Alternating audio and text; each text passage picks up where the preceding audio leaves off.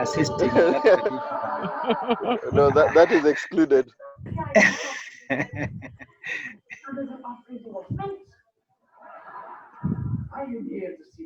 All right. Okay, because we are just 5 minutes out. Henry, kindly, Henry, you introduce the guest speaker. Yes, I will. Sawa, and introduce the guest speaker. Meeting. You want to join us? Sedo, Yeah. please lead us with the four-way test. Okay. Rotary meeting. Yes, Beth, lead us with the grace. So, in some part somewhere it's 7 p.m. So we can start off. Kindly mute all your microphones. Thank you. All right, let us begin this second online meeting amidst this COVID a pandemic. We will start by Beth leading us with the grace. Beth.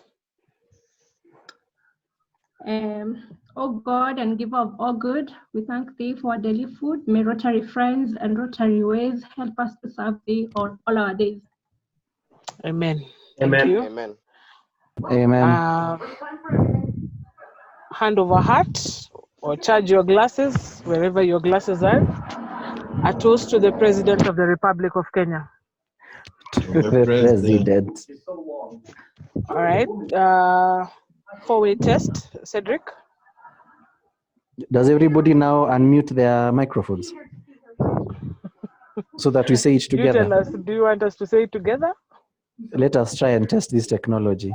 Unmute your microphones. Everybody unmute your microphones. Unmute your microphone. Mine is already on. Okay, we say the four-way test together.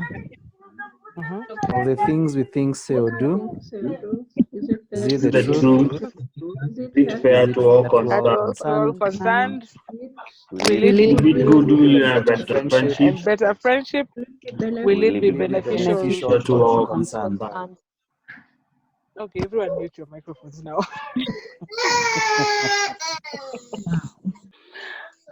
Okay, very nice to see you here. Everyone mute their microphones before you find out who has not muted the microphones. Okay, thank you. Very nice to see all of you here. We'll just get to the business of the day because it's about 7 o'clock, so we can start the meeting officially. We will not have introductions, but I see there are quite a number of new faces here. I guess maybe Rotarians visiting from other clubs or non-Rotarians as well. Very nice to see all of you here. And we will go to announcements. So, Henry, you had an announcement for us. Yes. A few weeks ago, sorry, I'm in the dark, but we have electricity. A few weeks, actually a week ago or so, I was co-opted into a team, a district team, where we are trying to raise funds to assist in COVID activities. As you know, it is quite unprecedented. Nobody had prepared for it. And therefore, we find we're in a situation as a country where there are many institutions, including medical institutions, that do not have adequate resources to be able to cater for the needs that are now emerging. But we as Rotary have not perhaps focused on the medical sector because we figured out that if there is any support that is going to come from externally, if the government is going to commit more resources, they are likely to go first to the medical institutions. So what the void that has been left is at a social economic field, and we find that there are quite a number of people who do not have access to clean water and soap that they can use on a regular basis in order to keep the disease at bay or the virus at bay, with a view to helping reduce the efforts. We are trying to therefore sensitize people to just give to a cause, and this has been built into a 3-tier where you can for every 1,500 shillings, you are able to buy one thing, and there's another kitty for 3,000, and there's another one for 4,000 shillings. This way, but that does not tie you down to giving in such lumps. You can give whatever you can, but this is how the spread is. This is how we are looking at the spread. So far, we have managed to buy over 100 water tanks, 100 liter water tanks, and there are more coming, and they're even bigger. So there is a poster that has been developed by Muto, who was also co-opted in the team actually before me, and I request that he shares it with the group so that we can see how best to raise our funds. As club, we've been encouraged to nominate someone who will do the fundraising, and I therefore request or delegate upwards to the president to nominate someone, maybe the fundraising team within the club or any other person who may be willing. And we also encourage to ramp up publicity. So when you receive the poster from Muto, kindly share it on your social media channels or any other place where you can, in order to ensure that more people know the impact of Rotary in this respect. And also we manage to keep the virus at bay through provision of basic services that would help in this cause. One Rotarian has offered to match shilling for shilling for every amount that is raised. So my 1,000 shillings becomes 2,000, and so on and so forth. And Josh's 1 million shillings becomes 2 million. So that's how it goes. Yeah. Okay. All right then. Thank you so much, Henry. So thank you, and the donations are coming in fast and ongoing. I mean, the communications team, so we'll also be also doing a bulletin which will give you an update of what we've done. We're doing the second one today. If you didn't receive the first one, we'll make sure that you receive the second one, just to give you an update and for accountability purposes. Thank you. Thank you, Henry. It was actually mentioned in the president meeting that some of our work doesn't have accountability. We don't know what happens to the funds that we raise as clubs in the district. So it's good to have some sort of follow-up on this project. So thank you so much. Any other announcement?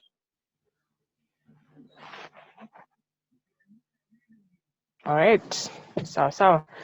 So I will ask again Henry to introduce the speaker for the day. Thank you for the honor.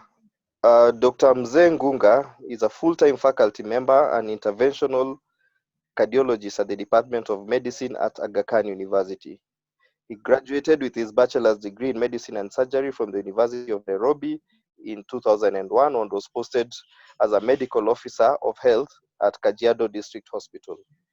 He later joined the Aga Khan University as a senior house officer, that's a resident doctor, and later on he joined the inaugural residency class of the Aga Khan University's Medical College in East Africa, and he graduated with his Master of Medicine degree.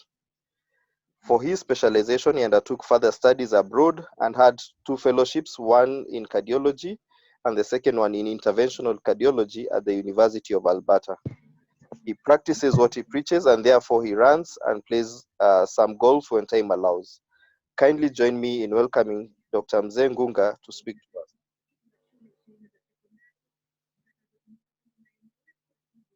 Dr. Ngunga.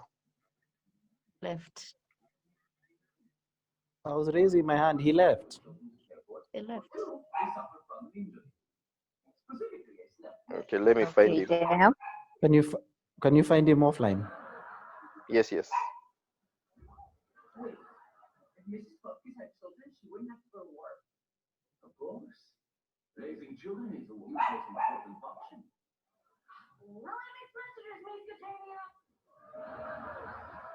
As Henry is finding the speaker, can we have visiting Rotarians kindly just say your name and the club that you are visiting us from? So, someone called Hannah Kerosi. Please unmute your microphone.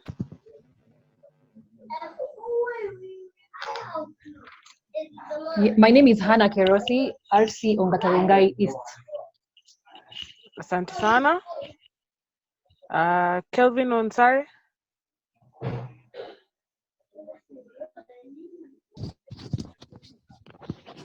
My name is Kelvin Ansari, a Rotary from Mombasa, Youth Zone. Our AG Joe. Thank you, President Njoki. John Wamanya, Rotary Club of Kampala Metropolitan. Yes, Assistant Governor 9211. Nice to see you. Stop looking so bored.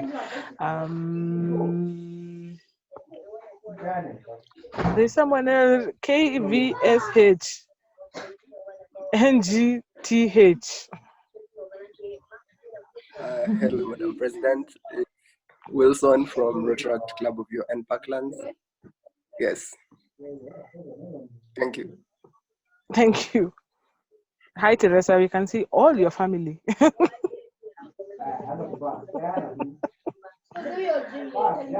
Brian Kiplimo.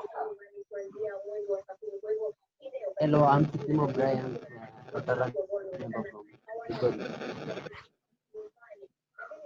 I'll ask you all, please mute your microphones because I can hear a lot of background noise.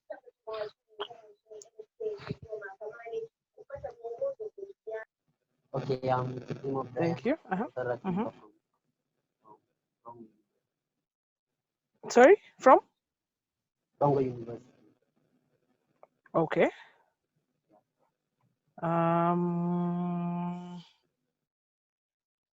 What else don't we know here? Modime? Hello, my name is Modime, Rotary Club of Nairobi Parklands. Warren Dwight. Hello, my name is Warren Dwight. I'm an Rotaract, but I've seen the group from UN Afia. Karibu sana. Eric.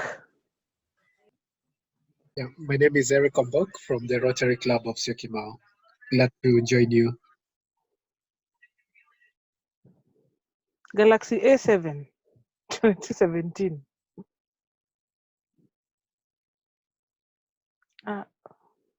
Hi, my name is Annette Wangari, PE, Rotary Club of Karura. Annette Wangari, please put your name there. Sawa, right away. J.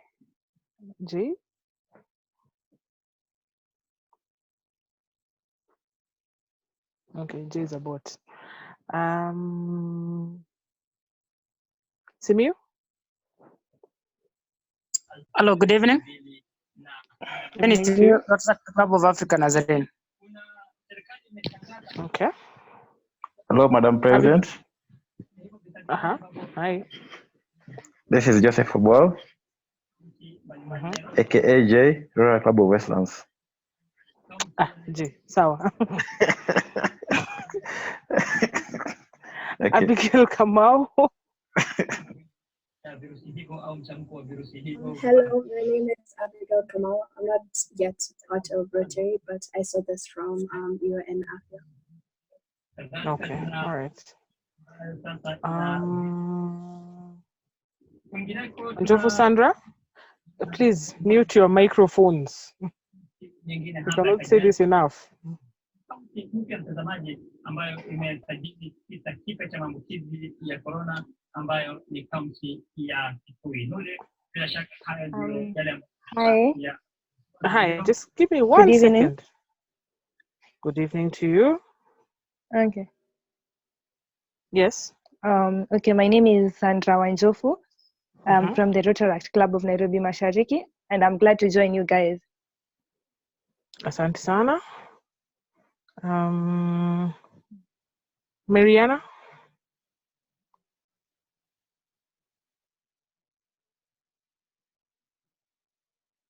Mariana? Okay. I don't think there's any other. Oh. Mariana.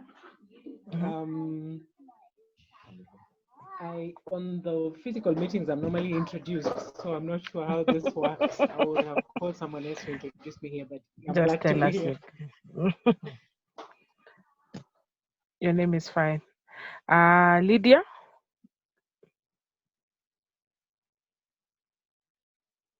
Thank you, Madam President. I'm Lydia Ndirangu. I'm a guest of Rotary Madaraka. Okay. Martin? And you?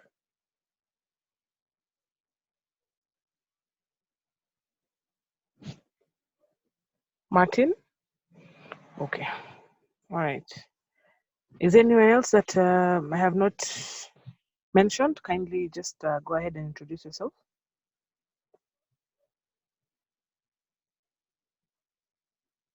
Good evening, Madam President. My name is Susan Jerry from Cerebral Palsy Space. I'm a guest. Nice to meet you, Susie. Anyone else?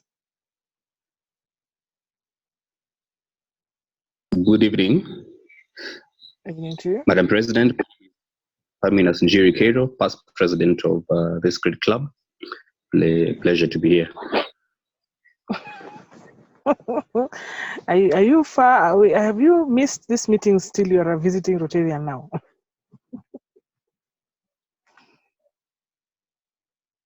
Anyone else visiting Rotarians, visiting Rotaractors, guests? Hi, everyone. I think I saw Musabi. Yes. Good evening. Good evening. Friends and family of Rotary. My name is Musabi Moses, a past president of the Great Rotary Club of the University of Nairobi. It's a pleasure being here. My classification is architecture. Asante sana. I don't think there's anyone else that we missed. Our speaker is back online. So I think we can now have... joining. Dibon can't join and introduce himself right now. Okay. He'll introduce himself after the meeting. Dr. Mzee, so kindly take us through your presentation.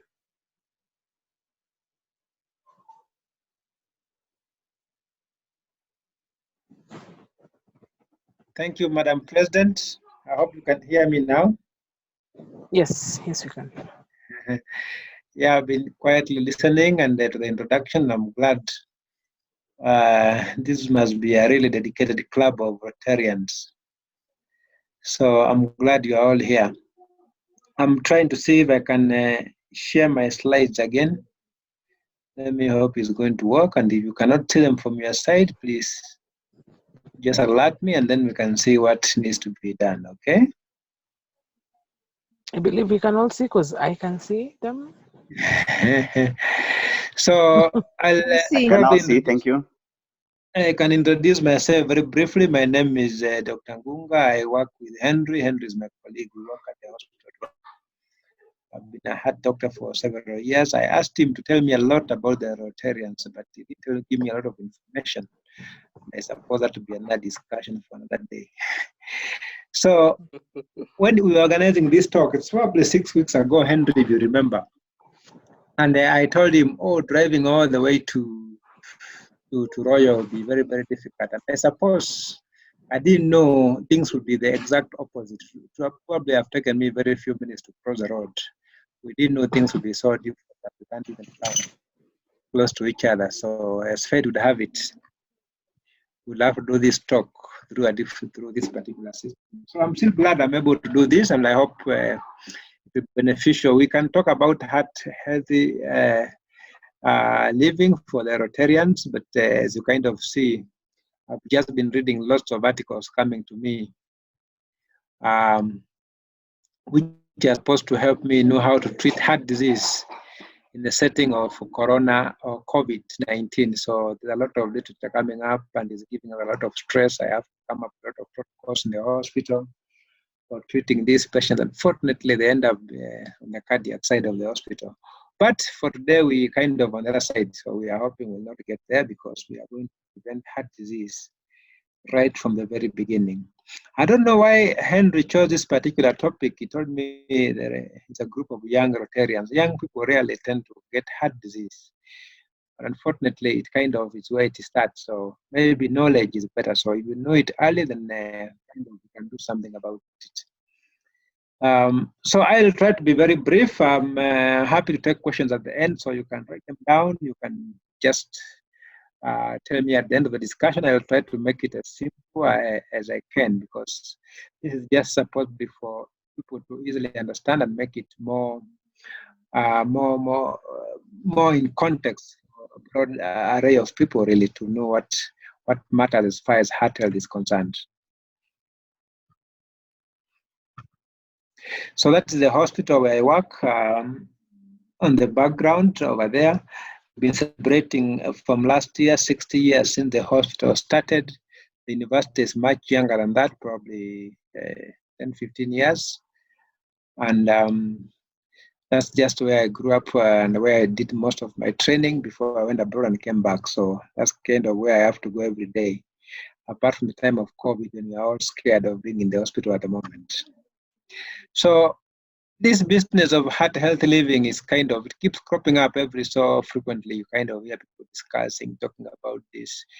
And I think it's still very, very important. The other day, I was, one of the doctors was telling me for a long, long time, we've been saying heart disease and cancer will be the kind of the ultimate challenges. The world gets more and more developed until we got startled by COVID. So it's all, oh, I told you guys, the world will not have by infections. And we are yet to see over that has not changed. Unfortunately, the diseases that will cause most trouble to most people in the future remains heart disease, and cancer will probably follow in very, very closely. COVID will probably be defeated as we are seeing people working from all manner of directions. So it is still very important to talk about matters of the heart. This is a very nice slide which looks at the causes of death, 10 causes of death in low-income countries in the year 2016. Because if we are talking about the heart, it may not be worthwhile talking about it if it's not of interest to us.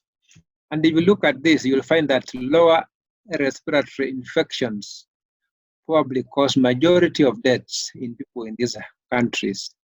And if you look at ischemic heart disease, it comes in as number 3. And probably to contribute, if you look at this whole pyramid, it probably contributes to less than 10, 15% of all deaths in this whole pyramid. So what you find is that lower respiratory infection, diarrhea disease, this is low-income countries, but some of you may not be aware that Kenya is no longer a low-income country. Kenya falls in the group of countries which are called lower middle-income countries. So Kenya has since changed in the last 5 years since you gained a lot of wealth due to the past president, Kibaki. Kenya has shifted rapidly from a low-income country to low income country. So in that group of countries which are in that spectrum and which are rapidly developing, the commonest cause of death changes quickly from lower respiratory tract infections, as is caused by COVID-19, for example, and diarrhea disease, because now you'll be washing your hands every single minute, to ischemic heart disease. So you change rapidly from diarrhea to ischemic heart disease, and closely follows stroke. Okay, so Ischemic heart disease and stroke are two diseases which are largely caused by which are related to diabetes, obesity, and high cholesterol. And then you see your lower respiratory tract infections coming number 3. So a kind of a very, very quick spin of the whole pyramid. And if you look at this particular graph in the, of course, the high income countries, ischemic heart disease again will continue being on top there, and stroke will follow quickly, and then the lower respiratory tract infections are going to come to a distant fourth or fifth. So this is a very important slide, which tells us a very quick transition between a low-income country to a middle-income country, where we are going to be for the foreseeable future. And this is a very good example. Whenever we talk about heart disease, this is the irony of the so-called rapidly developing countries. Because as you remember, Kenya is a country of champions. We are always winning the marathons. If you go to the news last year, for example, maybe 80–90% of the marathons in the world were won by Kenyans. So why would Kenyans be suffering heart disease when we are really so athletic? But you'll be surprised, the guys who do this job are probably a very, very small number of our population, probably in the less than 1% range. And the first spectrum range is all the way to this particular fellow here, who you guys are very good at sending him to that particular point whenever you give him bribes. So this is just the entire spectrum. So from a very healthy small group of people to a very to the other spectrum of people who are morbidly obese. And this is another good example of telling us that transition. So in Kenya today, a very large number of people have moved from cycling to indeed walking. And a lot of people either have to use the matatu, and most of you will be found in this mode of transport. It's on the left lower corner. That means you will be very unhappy. Indeed, if anything prevents you from driving your car to work, which is what is expected because it is more comfortable, and indeed you probably can do a little bit more in your car than even a public vehicle. So these kind of developments are really the main pushers of cardiovascular disease. And you'll be surprised that the guy also on the left, on the right lower column, who is actually walking to work, indeed is only doing it because of a necessity. So if you are asked among all these people who probably does the best in terms of preventing heart disease, unfortunately the guy on the upper column, the left upper column, left lower column, are probably better than the other two people. And we are seeing more and more people in the matatu group joining people coming to our clinics with heart disease, in contrast to people in the personal vehicles. And this is exactly what we see at transition as the countries get more and more wealthier. Again, the wealthier group, the disease tends to reduce, and it kind of conglomerates more in the people, in the normal people who use normal public transport, people who use trains to go to work, and it's just a normal transition. Probably as the middle class grows, that's where really the disease tends to thrive. And more people are being driven to the middle class, and we'll see more and more disease in that group of people. It's kind of unfortunate that even some of you who may want to cycle to work may not have that luxury, because indeed the system is not very, very conducive. So again, we don't want to push people from one form of death, which is long-term, to a faster form of death or injury, which is through cycling. So in all means, maybe is one of the things people who are hard-working Rotarians who can lobby for many good services in the Republic, preventative services such as providing walking lanes and cycling lanes can indeed help prevent disease and help to prevent calamities in the future. So some work for the Rotarians to help in the future. Again, this is a very good example of, you'll not believe it, it's actually myself with my children cycling during our free time. And since this is another picture of me, this is actually a tandem bicycle. My wife does not know how to cycle, so I have to carry on a tandem bicycle. And that enables me to do double the amount of work that I require. So going to cause of heart disease, I put this particular slide because it's a very, very important summary of really what causes heart disease. And these are some of, if indeed you can prevent or you can tackle just this particular item, you can prevent up to 70–80% of all heart disease. Indeed, The first one is going to be smoking. A lot of campaigns have been put up to help reduce smoking. And this is one thing we as cardiologists, as physicians, we preach. And apart from preaching to the patient, we actually have to go a step further and work with the regulatory authorities, including government, to curb or to put a very big brake and to reduce the prevalence of smoking. And most importantly, to prevent new people from starting the habit, because that's where we have found the most gains are. So if you look at our country, for example, you'll be surprised to see how much, I'm a member of the Kenya Cardiac Society, how much doctors have fought over the years to put very strict legislation to prevent, to reduce smoking. And some of them have been put into effect, and that's why if you walk to any shop, for example, now you'll not be see cigarettes exposed of legislation which have been, the doctors have actually worked very hard to lobby for this. And finally, it has taken probably more than 10, 20 years of this legislation coming into effect. So smoking is one area where communities have actually been able to reduce heart disease the most significantly. So as doctors, we encourage those people who have who smoke to quit, and indeed, we even work harder to encourage and to put any form of legislation which prevents new smokers from starting the habit, because by so doing, we can prevent a lot of preventable disease in terms of heart disease, stroke, and others. The next one is inactive lifestyle. Inactive lifestyle directly causes obesity. And why I'm talking about inactive lifestyle is because this same group, this is where the new disease in the name of diabetes comes in. Diabetes, hypertension. So if you tackle that, the three Ds of diabetes, hypertension, and high cholesterol actually circulate in that particular group. So if people can get out active, walk, run, jog, cycle, some of them are systematic issues. For example, cycling is not possible in some communities because of what we see in our towns, for example. But some are things that we can do in ourselves. For example, increasing our physical activity when we can, in between our busy schedules, walking. The recommended amount of exercise, Rotarians, I will tell you, is 45 minutes, 5 times a week. So if that is what you can do, then indeed you are giving your body what it requires. By so doing, you will prevent obesity and you will prevent indeed diseases such as diabetes and hypertension. So this is a major, major contributor. So people always talk about time, and I will tell you a practical example, because this is probably a time to share what people do and what I have seen, what works. Generally speaking, in the people's busy lifestyle, because you have to attend your minimum Rotary meetings, you have to work, you have to meet family obligations. People have to dedicate what really works for them. And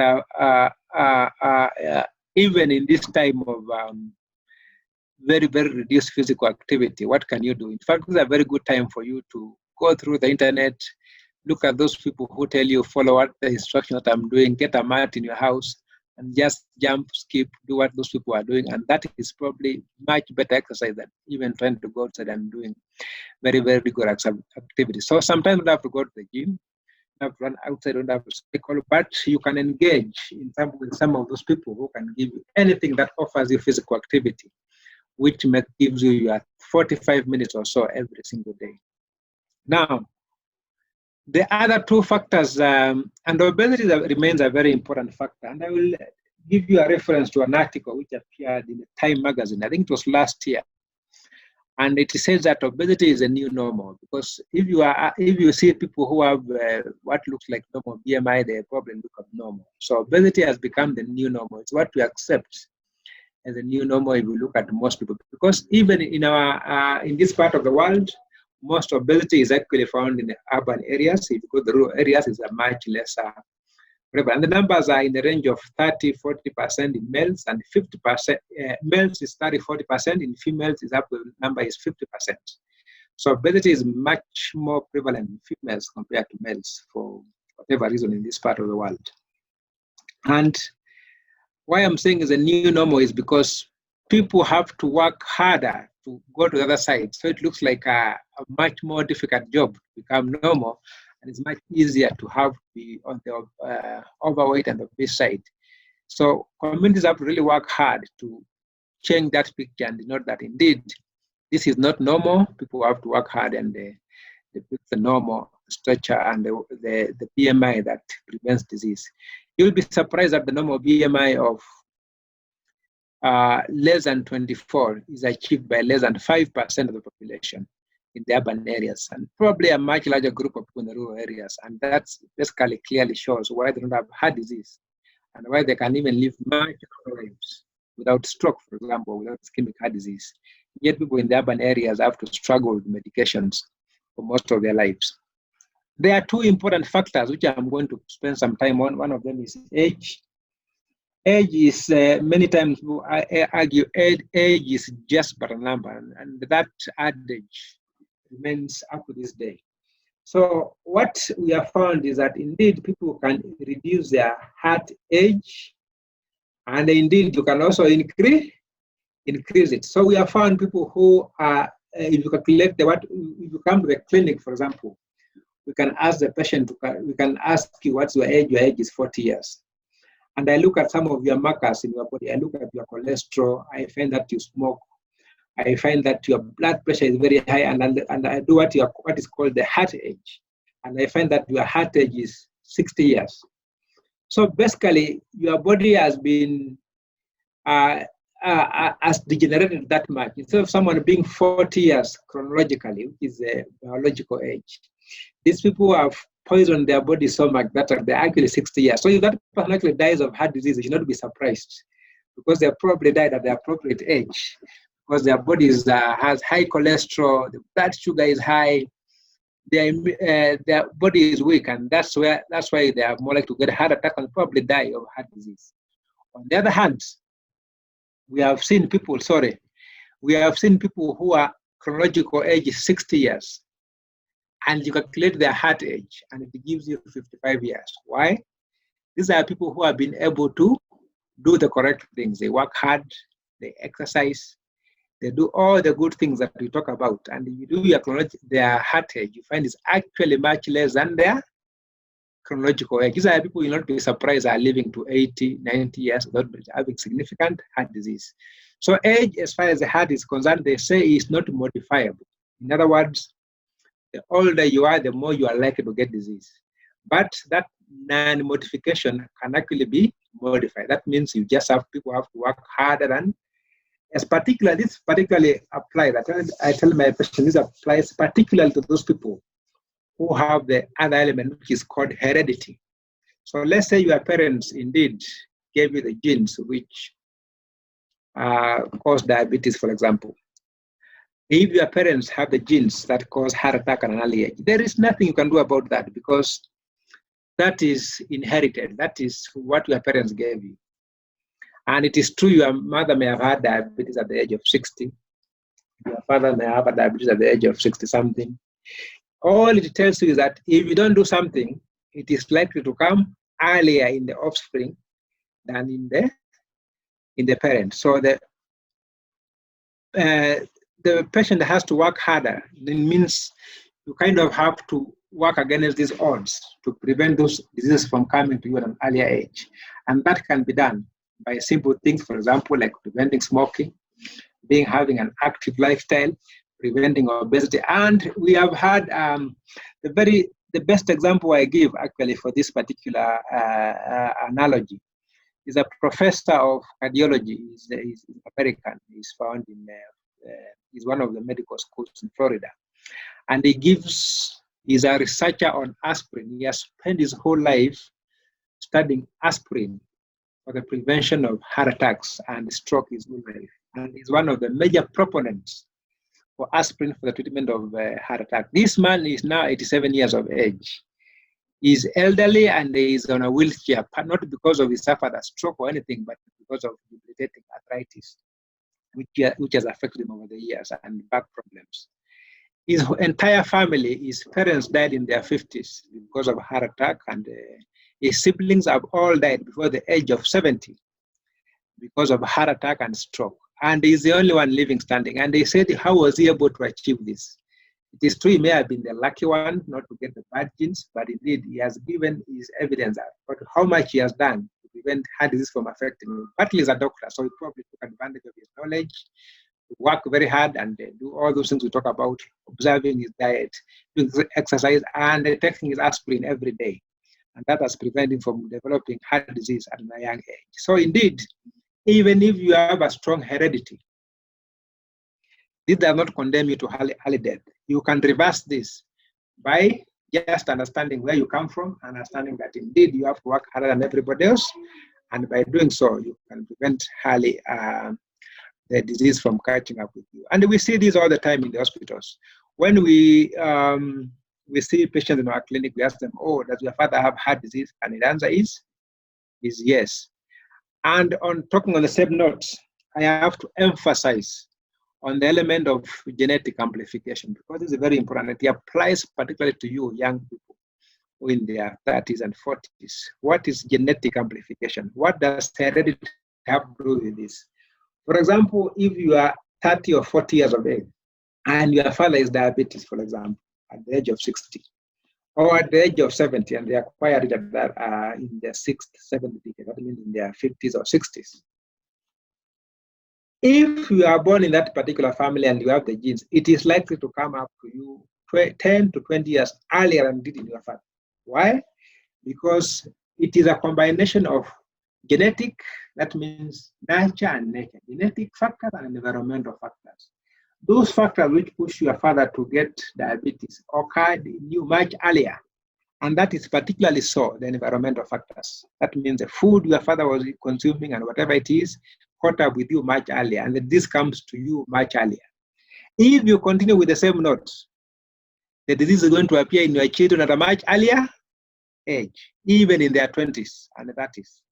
And you'll not be surprised. I see in my clinic young men being brought by their parents in their 20s or even 30s. They come to my clinic with high blood pressure and even diabetes.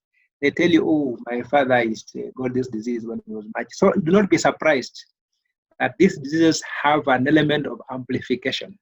And that amplification is largely related to the cascading of behavioral habits from the person who got the disease first. And this amplification can continue and it has to be broken at one particular point. So for a long time, we have taught them as non-reversible or risk factors. That means if your parents have it, you cannot do anything about it. The answer is, it's not true. They can be reversed and you can do something about it. But again, this group will have to work much harder. So these are just important analogies about how heart disease cascades and how it amplifies over the years to even affect the younger people. And if you do something about it, you can reverse the trend over many years.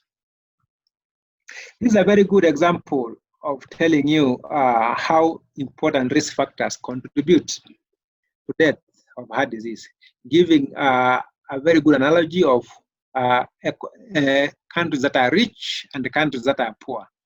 I'm telling you now, as it were, in our country at the moment, the single most important factor which will drive death in heart disease in our country is high blood pressure. Why? Because it affects around 30% of our adults have high blood pressure. So if you look at what we call the population attributable risk, it is the single most important factor which will drive a lot of our people to get heart attack and stroke, which are the two key diseases which are going to kill our people. So the most important one is high blood pressure affecting the largest number of people. Tobacco use follows closely, and high glucose level follows closely. And physical inactivity, basically if you combine the three factors, high tobacco, physical inactivity, overall overweight and obesity, all these are the same diseases from number 1 to number 6. The same disease, all manifesting in different phenotypes. We call the same disease. Some people will get high blood pressure, others get diabetes, others get high cholesterol, others become overweight. So the same disease manifesting differently in different, and the treatment is the same. Good diet, exercise, and avoiding tobacco use, for example. If you come to the low-income countries, childhood underweight contributes significantly. But closely there comes high blood pressure. But I've told you, our country is no longer in that particular bracket. And indeed, the things we used to be taught in school about malnutrition have completely changed. And now we have more people with overnutrition compared to other nutrition in this part of the world. This is a very good example, which all Rotarians, I'm happy you are all there, should remember in the back of your mind. Very, very important. Discrepancy between the disease and the money. Okay? So if you look at where the money goes and where the disease is, they are completely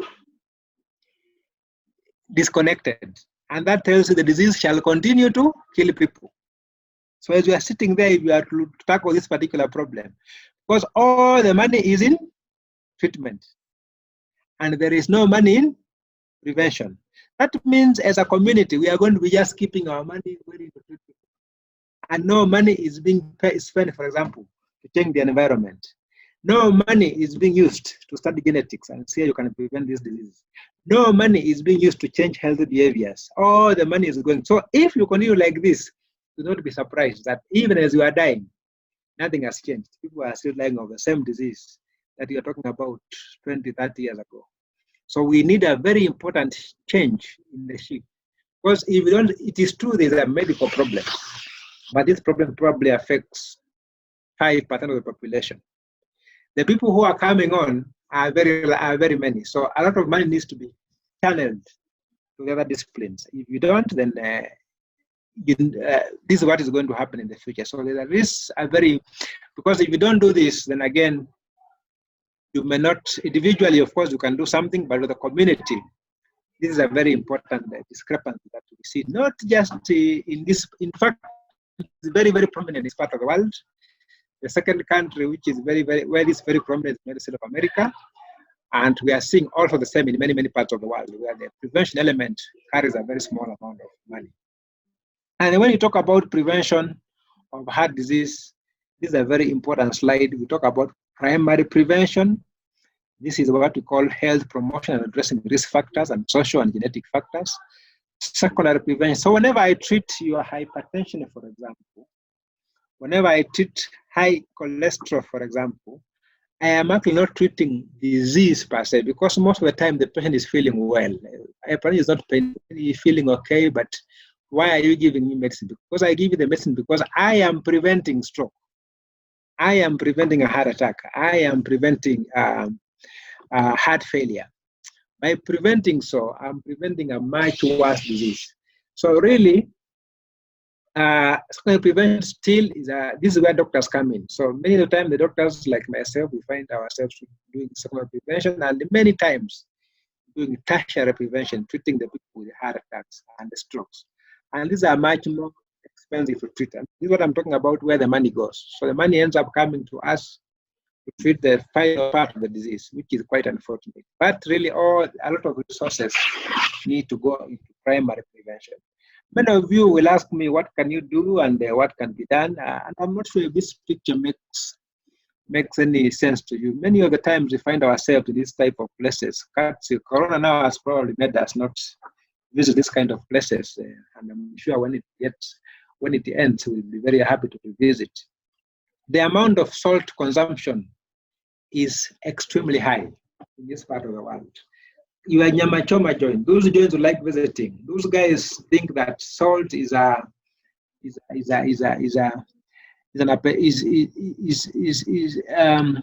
do I call it? Is what makes the meat palatable, and they end up putting a lot of salt in your food without knowing. So salt in this part of the world is actually heavily consumed, and it has been found that the African handle salt very poorly. So traditionally, we have never used salt for our meat, but now salt is universally available, and this is the chief driver of hypertension, which is our main problem. So to your children and to the people you take care of, if you raise them without this salt, they will never even know what it was. Okay, it's an acquired taste. It is a major contributor, probably to half of our hypertension is salt-driven. So we must work very hard to reduce the amount of salt available on our tables, because it harms ourselves, it harms our families, and that effect is propagated down the generation. So we must work very hard to reduce salt and educate people not to give us this salt. And by doing so, we shall reduce our salt consumption over the next few years. The other food are these energy generating foods. They are called fries. They keep increasing as the years go. How many calories? So as time goes on, the caloric value of the fries keeps increasing. They keep serving you more and more fries because people buy telling everybody about. But then right now, what's gotten to, there is a lot of overload of the information on the disease, much more than the 3 core things, and people have walked away from the 3 basic things that are important and are now looking at other aspects of the disease. Okay. Was that a question? No, someone had unmuted. Okay, fair enough. So this picture is probably valid. Many of you. Are we still on? Yes, we are on. Please mute your mic. So as I was saying, thanks, Lillian. That is important as well. Eh? Hey, please mute your mic. Yeah, mute your mic, please. Thank you. So you all know the caloric value of French fries. The only thing I can tell you is that it takes approximately a 2-hour walk, 2 hours and 20 minutes to burn 400 calories. Those of you that play golf on the golf course and you put your timer, how long it takes to walk over the 4 hours. If you walk for the 4 hours in the golf course, you probably end up burning around 800 calories. So do not be surprised that your caloric balance is always on the positive end, because really you are not doing much, and yet this food can give you as much calories more than you can expend. So it's a lot of work to expend these calories, and therefore the importance not on the caloric value but on the nutritional value of the food, which needs to be put into focus. So French fries have very little nutritional value but high caloric index. So this slide is supposed to show the heart healthy foods. I'm not sure what happened to it. I should have been better than that. Okay, let me see if it's going to come back. This one. You will be surprised that most heart healthy foods is consisting of fruits, vegetables, legumes, a little bit of meat, and if it is meat, white meat is better than red meat, and all that concoctions. Overall, generally speaking, human beings are omnivores. They can eat meat, but basically we have evolved diet. So a lot of the times, the foods which are better are the vegetable foods, going to legumes, and less of carbohydrates, probably more proteins. People keep asking about dairy and all those kind of products, and I can tell you that dairy foods are probably better than the modern carbohydrates that we keep piling into our bodies. So I think making food choices is very, very important, particularly for young people like us, particularly because this kind of choice that we make not just impact us, but impact on those who are dependent on us, and there are very many people who are dependent on us. So again, it all boils down to the issue of choices and how much the choice that you make will impact not just you, but other people who are who you live with. Now, these are very important analogy. People being told to walk their dog. This is not common in us, but common in some communities. So you can sit down and you put the dog on the treadmill, and that's the walking for you. So what we emphasize is people can have treadmills in their houses, but they don't use them. So you are encouraged to use these devices as much as you can, rather than giving them to the pet to exercise. They are more important for us. This is an important question people ask me all the time. The heart and alcohol. Say water, drink beer. These are very good analogies. If you're on holiday, that's probably valid. But for normal daily lives, we encourage people to reduce the amount of alcohol that they use. The number which is recommended is 1 to 2 drinks a day. And this is a very interesting analogy. To be honest, the amount of alcohol that someone requires is a very, very big subject of debate. Because a lot of the recommendations we get are given from Western societies. And for some reason, these people are able to consume much higher amounts of alcohol than many native African communities. We don't have very good data from this part of the world on how much alcohol is good, but the data out there tells us consistent findings. Constant findings are the following. If alcohol must be consumed, it must be in the mild range. Moderate, anything which is more than 2 to 3 drinks is not good for the heart. Indeed, the amount of alcohol, if the alcohol exceeds the 3 or so drinks in a day, and no one takes beer in a day, because so this is what makes the recommendation very, very difficult. So if the alcohol exceeds more than 3 drinks in a day, then the heart disease, they're not reduced, it actually increases. And some of the problems that we keep seeing are heart rhythm abnormalities, things we call atrial fibrillation. People who take a lot of beer, for example, can get what we call heart muscle disease. People who take a lot of beer, for example, are also more prone to high blood pressure and high weight gain. So these are some of the secondary adverse events of alcohol, over and above the direct effects of alcohol. Another thing which is common is something called binge drinking. People take 10 beers. They also tend to get heart rhythm abnormalities. We call them atrial fibrillation. It's them in the hospital. Again, these are highly discouraged. So people are encouraged to take their 1-2 beers in a day, and they can retire, and they should not be carried over and all taken up in one particular day. So the graph on the left lower column does show that a little bit better. Anything more than 3 drinks does increase the risk of heart disease significantly.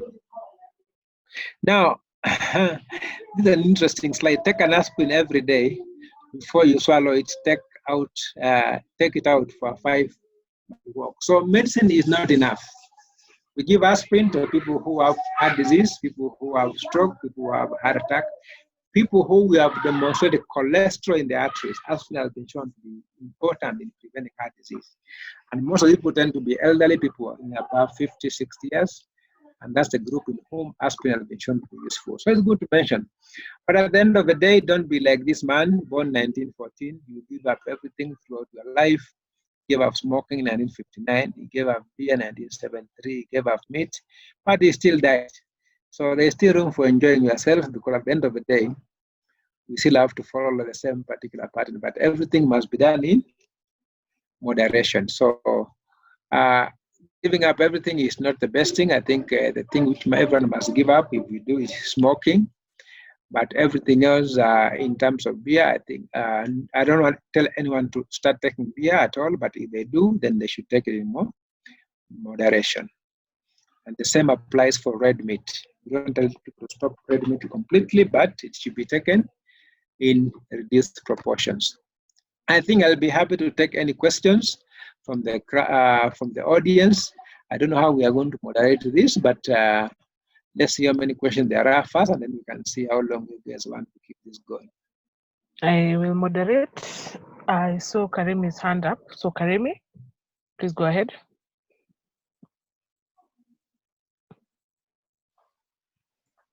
Sorry, that was my mistake. My apologies.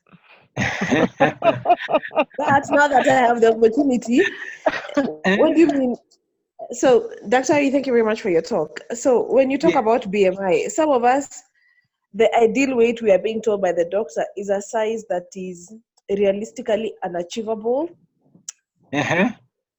due to love of viazi and other factors. But basically, if I dropped, in my opinion, I think if I dropped to 65, which is apparently my ideal weight, there'd be nothing left to see of me. So how do I manage my ideal weight to achieve my BMI, as well as how do we also remain healthy? And then you also said something about 45 minutes workout 5 days a week. Yes. That is a dose. So I'll start with the last question.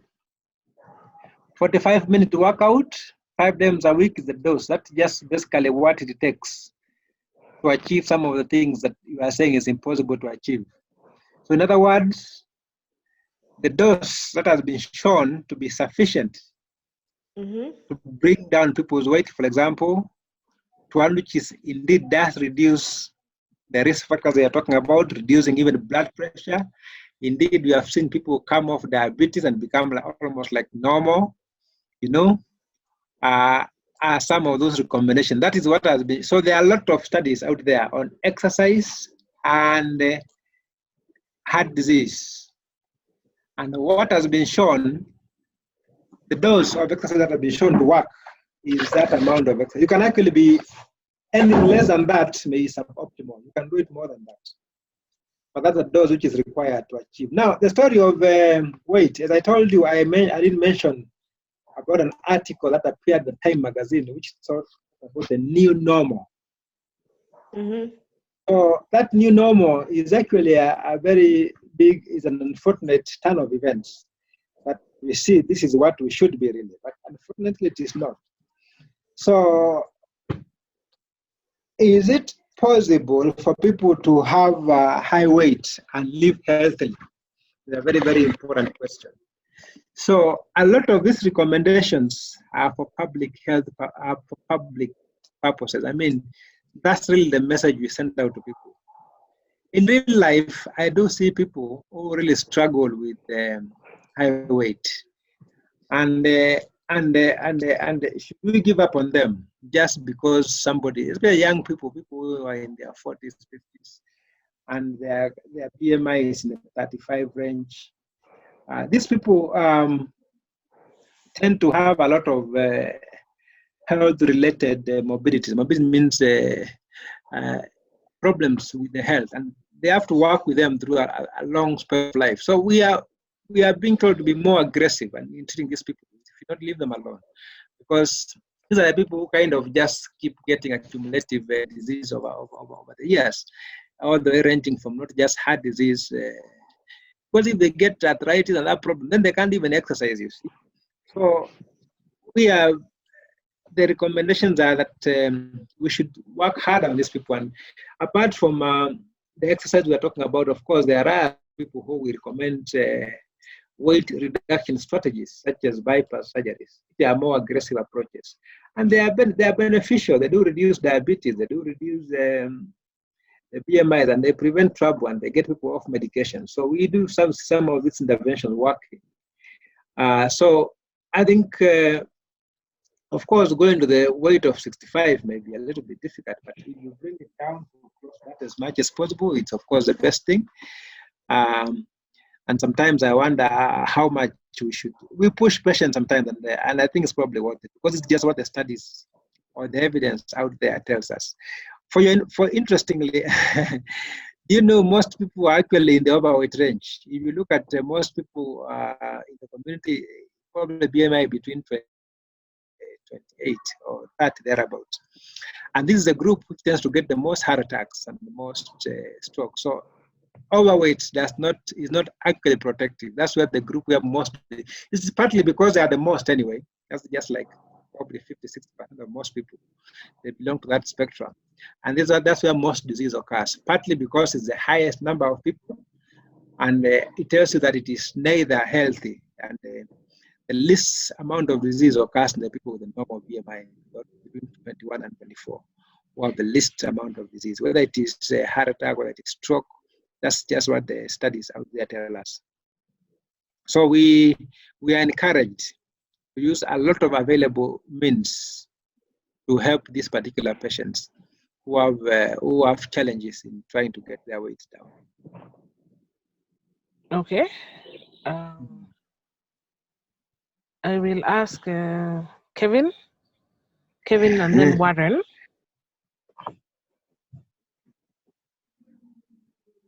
Yes, I'm looking at. Asante sana. Yes. Asante Daktari for the talk. It was very insightful. I have a specific question around the exercise, the 45 minutes prescribed exercise. Is this, 45 minutes of something like brisk walking or mild running, or because I've read a couple of different studies where they say high intensity, where you get your cardiovascular, your heart rate up for 10 to 15 minutes is just as good as doing that brisk walking for 45 minutes to an hour. So I think that's where the confusion lies. So when you say exercise, what kind of exercise do you mean? Do you mean going all out full 100% steam for 45 minutes? Or what's the prescription? Yeah, so in the studies which evaluated this particular scenario, they looked at 45 minutes of exercise. That means an exercise that makes people sweat, and which basically, at least it has to make someone sweat. And it can be walking, it can be jogging, it can be aerobic exercise, it can be whatever it is, running, jogging, brisk walking. In contrast, and you have to bear me with this, to a 10-minute sprint. If you do a 10-minute sprint, that is very different from a 45-minute walk. The guy who's doing a 45-minute walk is better off than a 10 or 15-minute sprint where you kind of sweat and then you say, I've had enough, I'm going home. Those are very different because, again, this is an extrapolation of data from, this is just like the best. Anything you do below that is suboptimal. So you can put, you are doing it at below the recommended exercise, which is, because when people were given this particular, when these studies were being done, they actually evaluated how much people were able to achieve. And they got people exactly like the group we are talking about. Some people were unable to do their 5 minutes, they did their 15, 25 minutes, and they found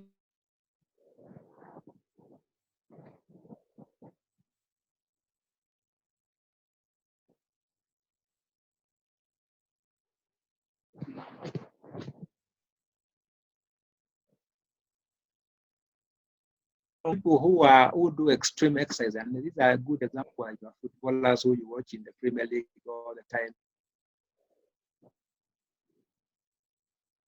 They had the disease.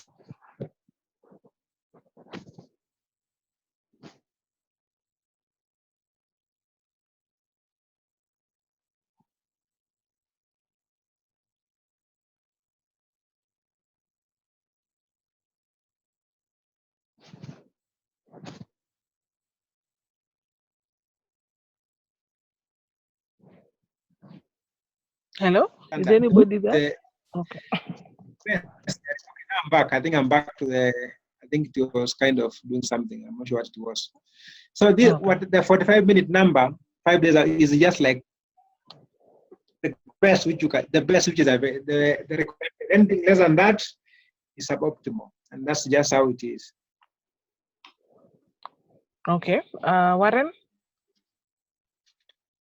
Oh, thank you so much, Daktari. So my question, I have two questions. One is on the obesity part, where we have a population that talks about obesity being genetic. They say that it's hereditary. How do you advise such people? Because they tend to say that they have tried exercises and dieting and all, but still doesn't come to their advantage. And the second one is, in one of the slides, there's something about unprotected sex being a contributor to heart diseases. I mean, this is scary, especially for the married. I mean, does it call for us to have protected sex or what? For us to protect our hearts?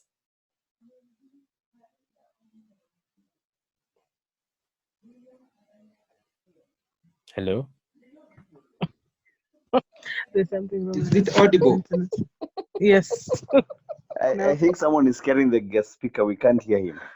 Yes, especially with Warren's questions.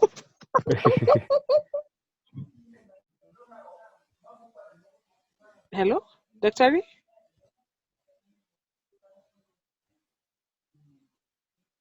Daktari?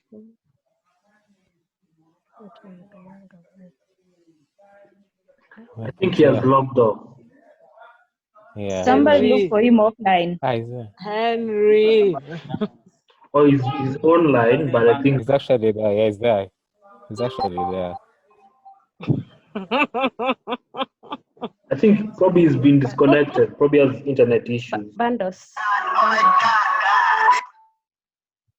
Bandos is imeisha. Bandos imekuisha ama ni hiyo swali imebabaisha? Nimeshtua daktari. No, he's back. watu wajiprotect kwa ndoa. Mtu atupatie ngoma. Umeleta swali ya gynecologist hapa.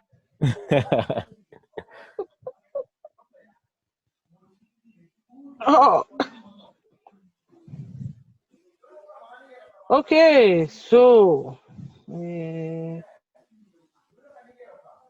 I think we can keep people can keep asking their questions, and then Njoki will read all of them when he's back. Where is my secretary? Njoki, will you remember all of them? So I'm really sorry. I think I'm not sure if it's my internet or what happened, but I think it's now back to. Yes, we can hear you. Yeah, I think my internet. I don't know what happened, but now it's fine. Sorry. I think somebody was asking a question. Oh, that was me, Daktari. Asante sana. I'll just repeat. Yes. So I have two questions. One was on obesity, where we have a population that talks about obesity being genetic. So how do you go about this? Advising them how to be able to have their BMI at the right range, because they'll tell me and others that they've done certain exercises and done a bit of dieting here and there, and still does not get to the point they want. And the second, I hope I won't scare you this time. The second is about on one of the slides is unprotected sex came out as a cause for heart disease. Which one? Unprotected sex. Unsafe sex. So, yes, I see, unsafe sex.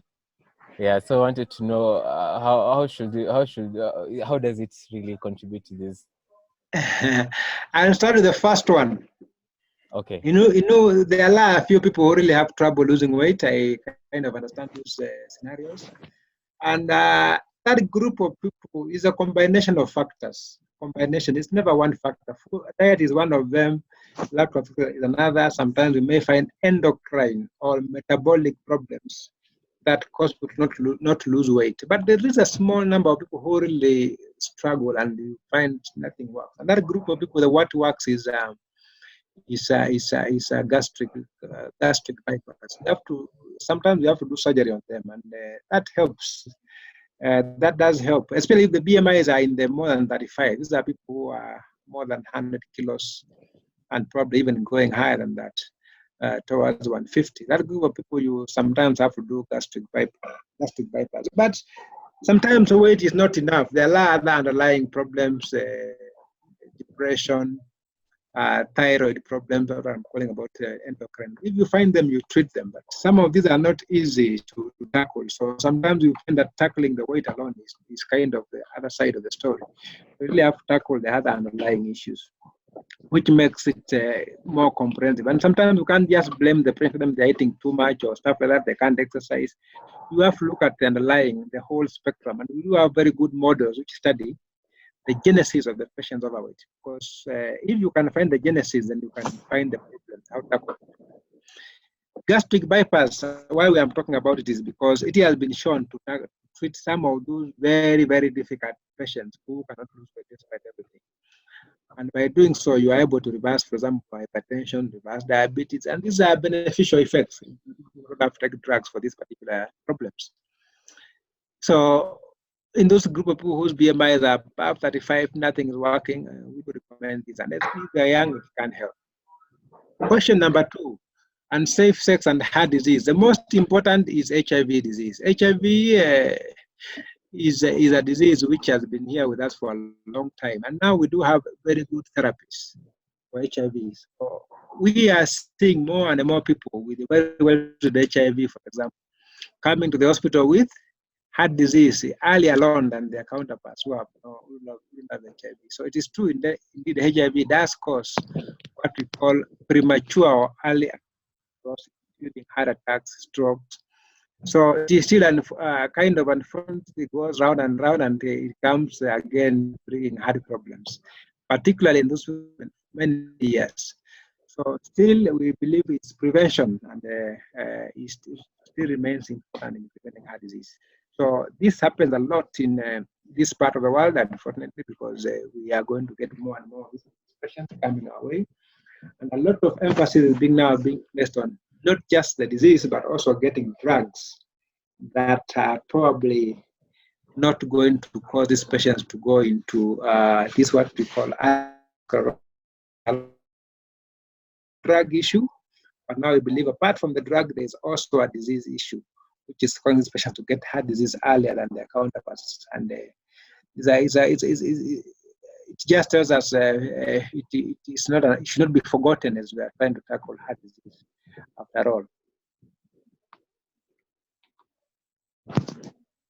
Okay.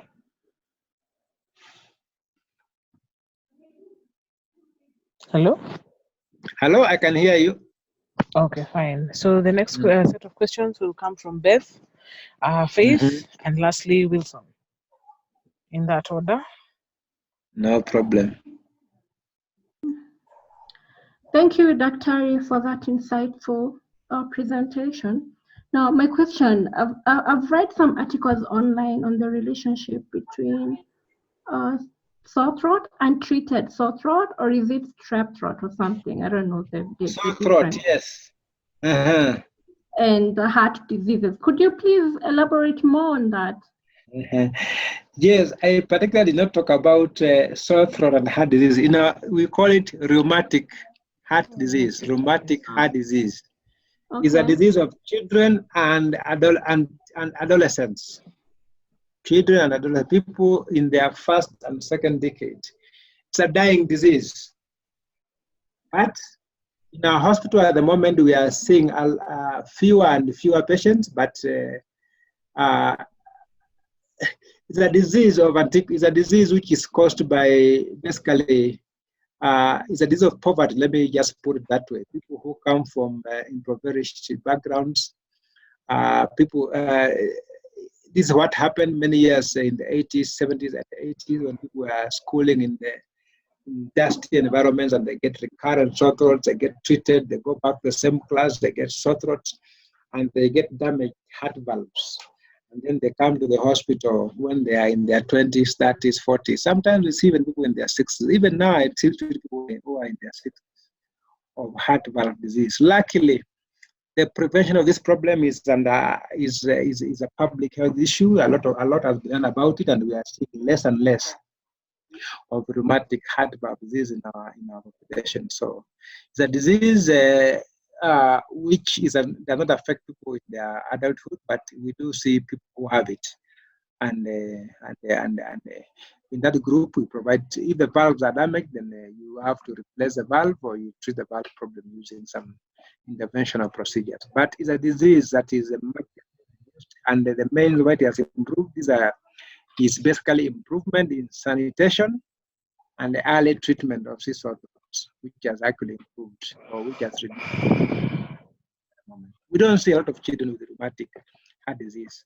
It actually causes the initial disease called rheumatic fever, where they get sore throat, joint pains, and then later, 5, 10, 15, 20 years down the line, they end up getting severe heart valve disease. So it's a dwindling disease.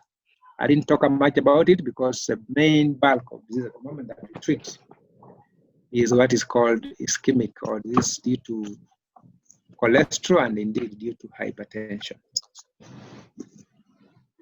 Okay. I hope that answers the question. Yeah.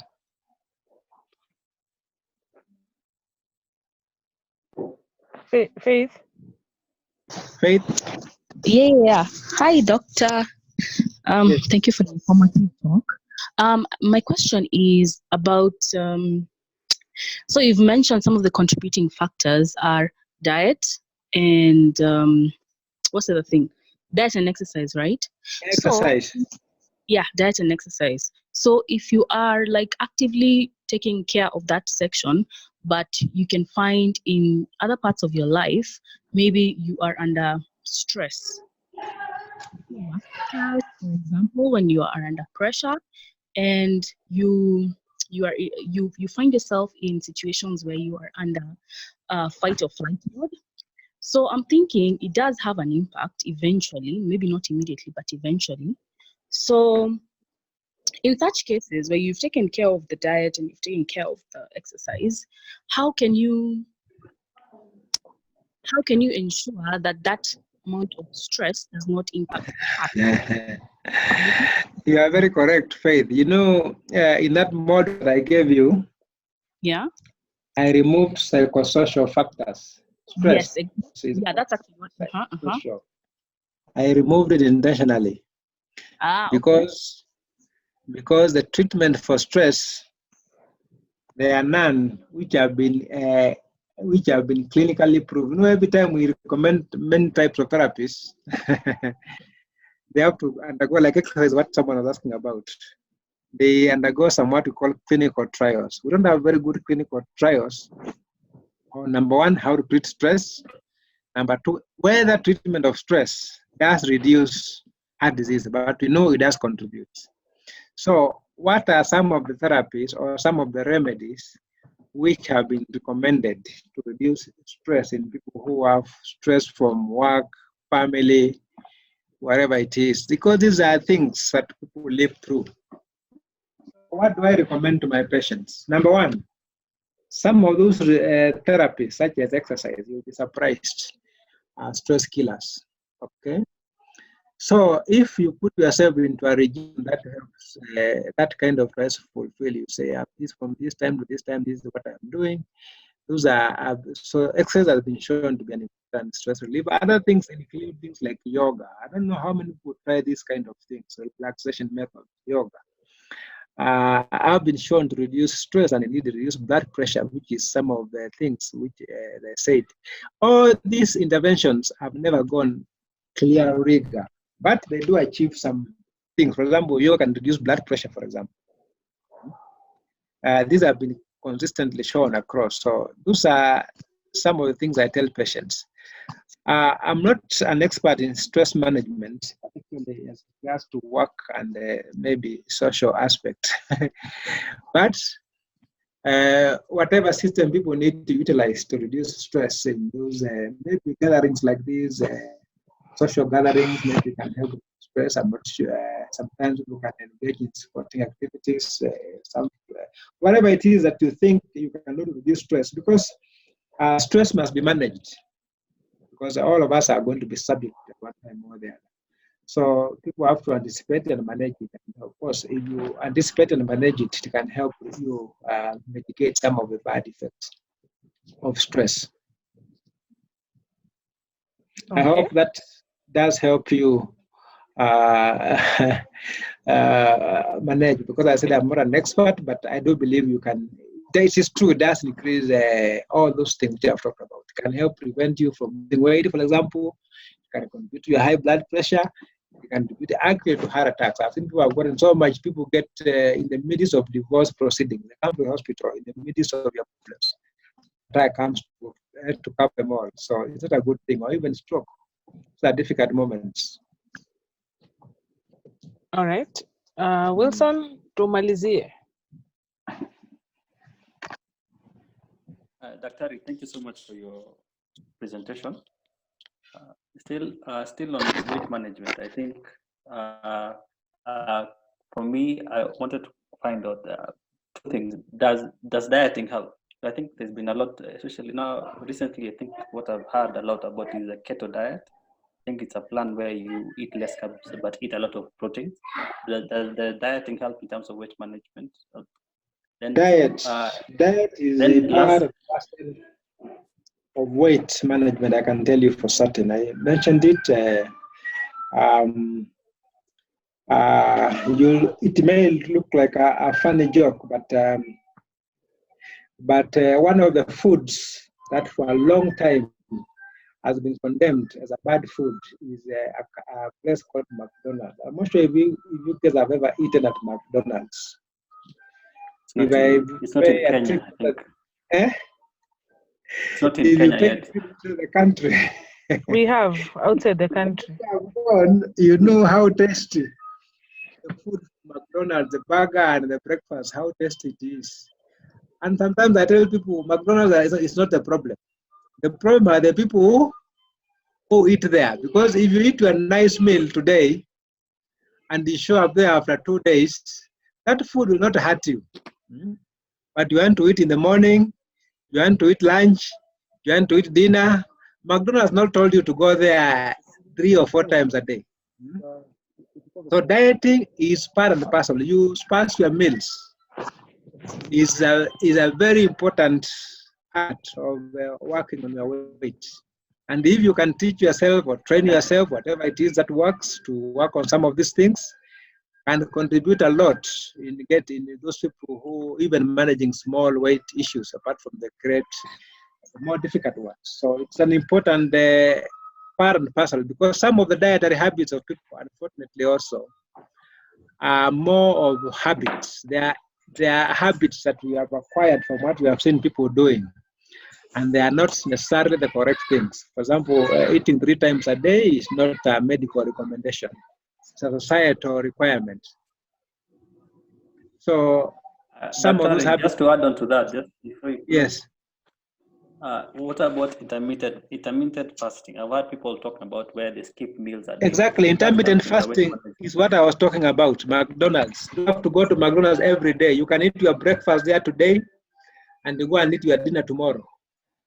I have an example of intermittent fasting. So you are eating what looks like is that or bad food, but you are not eating a lot. You are only eating what you require for your 24 hours or 36 hours of requirements.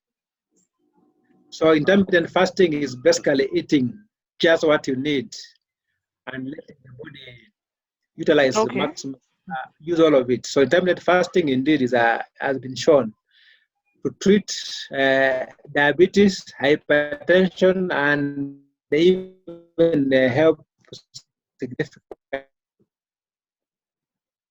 in weight reversal method. It is I don't know why it has not come into the guidelines, but it gets a very strong recommendation from the people or from the studies which are coming up recently. Okay, thank you very much. The internet is not great from my side. Yeah. I think now we can release you, and let me take this opportunity to thank you for taking your time to come and be our speaker at this online meeting. We don't take it for granted, because at this time of the curfew and the quarantine and being at home with those people who are playing the flutes in the background, we are very grateful. We're very grateful for No, karibu sana. I'm glad I was able to talk to you guys and probably meet you guys in person at one time. Yes, we would really be encouraged with that. Myself, I have had to deal with some shares of cardiologists. I think I'll get your contacts to learn more about congenital heart disease, because we did not get time to go into those ones. But I think we can now release you based on your internet, and I will hand over this meeting to Joel. Thank you, Njoki. Thank you very much, Madam President. Thank you, I wish Daktari. you all the best. Enjoy yourself during this time of curfew. Make good use of it. Asante sana. Make the best out of it. It's probably a time for me also to kind of figure out how to make the best. So thank you very much, everyone, and have yourself a good evening. Thank you so much. Thank you In very case any member needs the contacts, we will get the contacts from Henry. Karibuni sana. Kwaheri. Asante. Asante. Yes, Joel. Evening, everybody. Good evening, Joel. Good evening. Good evening. You enjoy talk.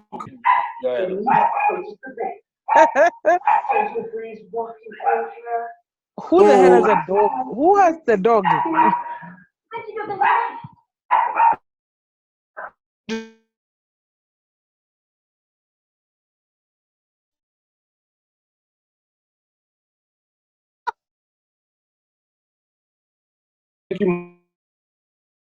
Thank Me.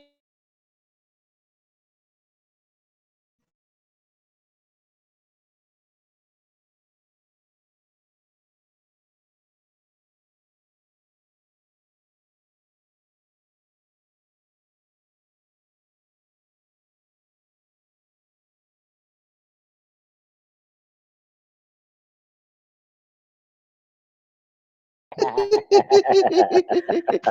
my goodness. That was good, but not so great. But we'll allow. It is okay. We will allow. Sasa ukisikia jina lako, Tushapewa paybill. I'll share the paybill number there and account number.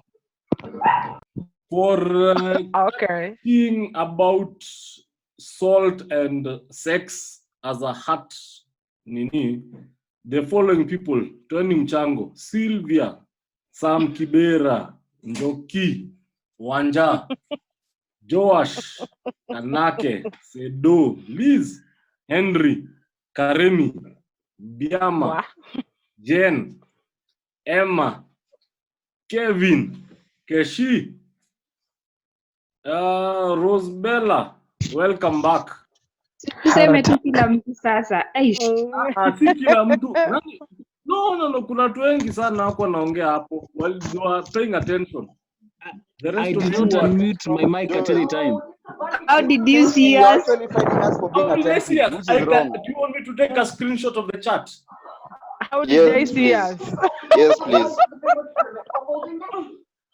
I am Joel, mimi na appeal. Yeah? I'm appeal. Me, I did not hear my name. My dogs were too loud. Henry. So if you find me, you need to side chat me. Henry, why are you appealing? Because of I only commented on one slide, and it wasn't anything to do with the salt. I commented on the slide where it was showing the allocation towards preventative measures, because that's what informs the policy going forward. They said important slide, nikuuliza swali lingine hapo hivyo nikakataa kujibu. Henry, you're arguing with the SAA. Please. I'm not arguing, I'm clarifying a point. Okay. Now you're inviting me to argue with you. No. Malizane.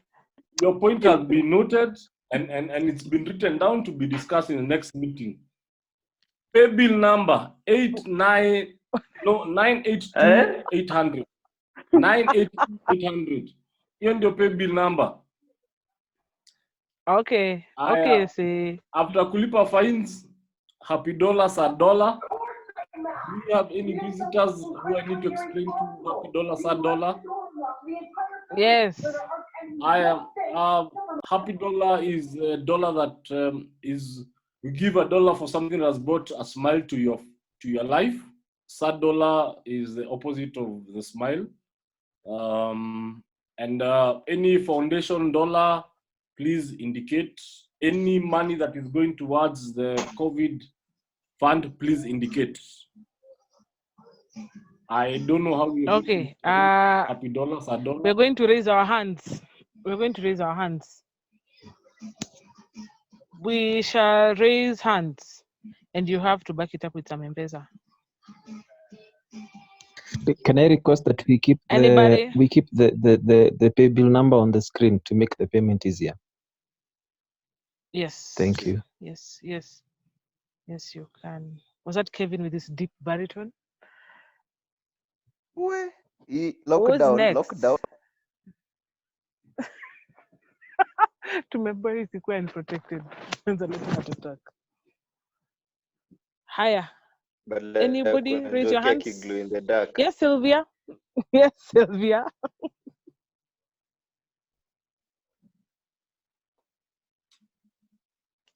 Sylvia. Sorry, I was on mute. Hi, everyone. Okay. Still do formal, Madam President, Honorable Rotarian. No. Okay. I have You've already showed us your dirty little secrets. I have a sad dollar and a happy dollar. I'll start with the sad one on the police brutality last week on Friday. And a happy dollar, I was stuck on the road around that time, but I was lucky I met friendly policemen, so I didn't get hit up. Okay.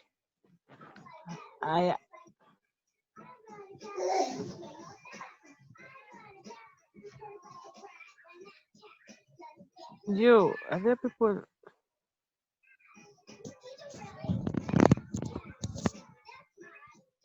Madam President, happy dollar from me to the guest speaker for his informative talk and showing us what we need to do. Thank you. Cedric, would you like to mute the mic? Apologies, sorry. Fat fingers. Okay, next, Faith? Faith, then Rosie. Happy dollars for being healthy, not being sick, especially right now with the acute awareness of what's happening in the world. And another happy dollar for joining you guys. I've enjoyed this talk. Oh. Thank you. Rosbella? Enjoyed having you too. Yeah, happy dollar. Nice to see everyone. May we all survive this corona thing. And happy dollar for the speaker. Yeah, that's it. I'll think about more. Nice seeing you too. Aya, Beth, then Stalin.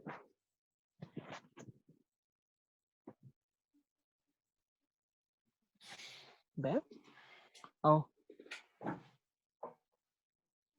Beth, unmute. Oh, yes. Okay. Happy dollar for turning a year older. Yeah. Ooh. And for Can we the have a Zoom speaker, party? that's it.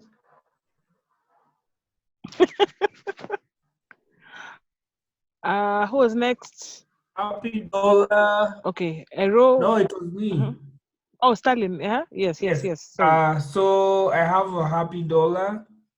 I mean, 2 happy dollars. One for the guest speaker, and to be able to attend this first Zoom meeting.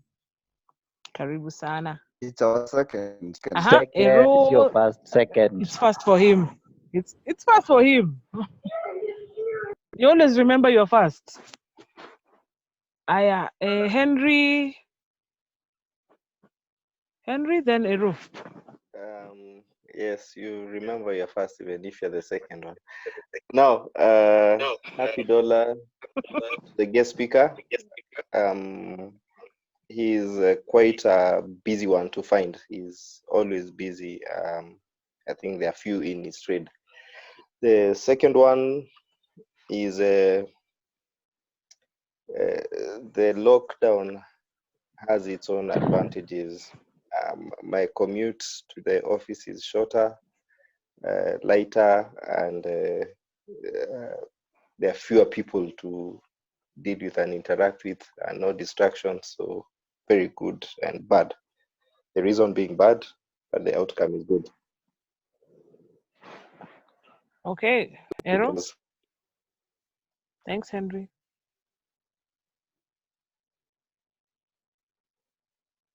Hey. Eric. Yay, hi everyone. Happy dollar is for myself. I've just aboard quarantine, but now I'm not sure if I should go out or stay in. Yeah, good to see you, Ero. That's There's nowhere to go out to. On Friday. Yeah, you go out. There's nowhere to go. Sadly. Now I still stay indoors. Good to see you all. Good to see you too, sir. Okay. The bill is still on the screen. Pascal, Josh, then Barbara. Hi all. Hi Pascal. Hi. Hello. From Malindi. Rotary Malindi. Oh, okay. Yeah, my happy dollar. Hi guys. The first time joining the Zoom meeting. Hello. Yes, Pascal. Sorry about that. Network. First time joining you Zoom meeting, and okay. my third dollar. We lost one member from Rotary Malindi. hata member ya Pole sana. I've enjoyed your Excellent. Madam President, Asante Pascal sana. is from Nigeria, not from Malindi. That's a different person. He's not from There are two Malindi. Pascals. He's I'm from Malindi. There are two Yeah, Pascals. Josh, Pascal just said he's from Malindi. There's another Do you know Pascal. something he doesn't? Pascal Malino from Malindi. There's another one Do you know from something that he Nigeria. doesn't? Oh, God. Is he in this meeting? Is the Pascal from Nigeria in this meeting? Yes, He is. Okay, sawa. Madam President, Daktari this Barbara, lockdown is revealing a lot about you. it is revealing quite a lot. Barbara. Oh, there's another Pascal. Okay, Barbara. Hi, everyone. Hi, Bab. Yo. Bab. Barbara, please just What's only have one happening? device on. Where's the noise coming from? Have two devices on. It was your video. Yo, Barbara has like 10 devices in this group.